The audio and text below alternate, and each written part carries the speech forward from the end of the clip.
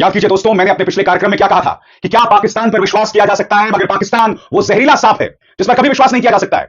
5:30 भारतीय समय के मुताबिक डोनाल्ड ट्रंप ऐलान करते हैं कि अमेरिका की कोशिशों के चलते भारत और पाकिस्तान में युद्ध विराम हो गया है। भारत के विदेश सचिव इस बात का ऐलान करते हैं, पाकिस्तान के डिप्टी चीफ मिनिस्टर इस बात का ऐलान करते हैं, विदेश मंत्री इस बात का ऐलान करते हैं, मगर 9 बजे, जी हां, इस वक्त भारतीय समय के मुताबिक श्रीनगर में जबरदस्त धमाके हो रहे हैं। आगवानी रुकती है।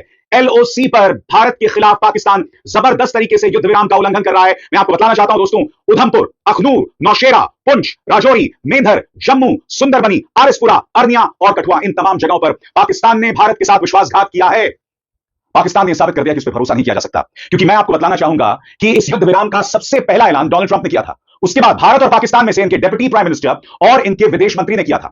बड़ा प्रश्न, क्या इस युद्ध विराम में पाकिस्तानी सेना की रजामंदी नहीं थी? क्या यही वजह है कि इतनी जगहों पर यह प्रहार शुरू हो गए? श्रीनगर के अंदर इस वक्त जब मैं आपसे बात कर रहा हूं तो कई जगह धमाके सुनाई पड़ रहे हैं। मैं आपको याद दिलाना चाहूंगा कि 12 मई को एक बार फिर दोनों पक्षों के बीच बातचीत है, जहां इस युद्ध विराम को आगे ले जाने की, सीजफायर को आगे ले जाने की और बात की जानी थी, मगर उससे पहले ही पाकिस्तान ने अपनी औकात दिखा दी है।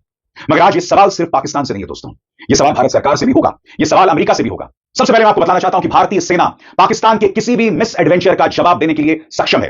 पिछली 3 रातों में भारतीय सेना ने जो मुंहतोड़ जवाब दिया है पाकिस्तान का, वो अब भी बदस्तूर जारी रहेंगे, मगर पाकिस्तान ने प्रमाणित कर दिया है कि उस पर विश्वास नहीं किया जा सकता दोस्तों। जैसे मैंने आपके सामने तमाम उन जगहों के नाम पढ़े जहां पर युद्ध विराम का उल्लंघन हुआ है, और सबसे बड़ी बात, सिर्फ एलओसी पर नहीं, श्रीनगर में बड़े बड़े धमाके सुनाई पड़ रहे हैं। जम्मू कश्मीर के मुख्यमंत्री उमर अब्दुल्ला कह रहे हैं कि भाई युद्ध विराम हो गया था, सीजफायर हो गया था, अब ये क्या हो रहा है?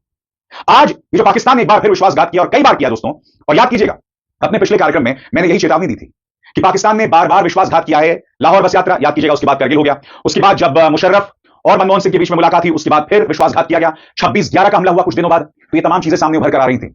बड़ा प्रश्न, क्या पाकिस्तान पर विश्वास किया जा सकता है? वो सवाल का जवाब हमें मिल गया है। पाकिस्तान वो सांप है जिस पर किसी भी कीमत में विश्वास नहीं किया जा सकता है। मगर आज मैं कुछ सवाल भारतीय जनता पार्टी सरकार से भी रखना चाहूंगा। भारत और पाकिस्तान के बीच जो मुद्दा था वो द्विपक्षीय रहा है, तीसरे पक्ष की गुंजाइश, दखल की गुंजाइश कभी नहीं रही है। तो बड़ा सवाल कि आखिर ट्रंप ने इस बात का ऐलान पहले क्यों कर दिया?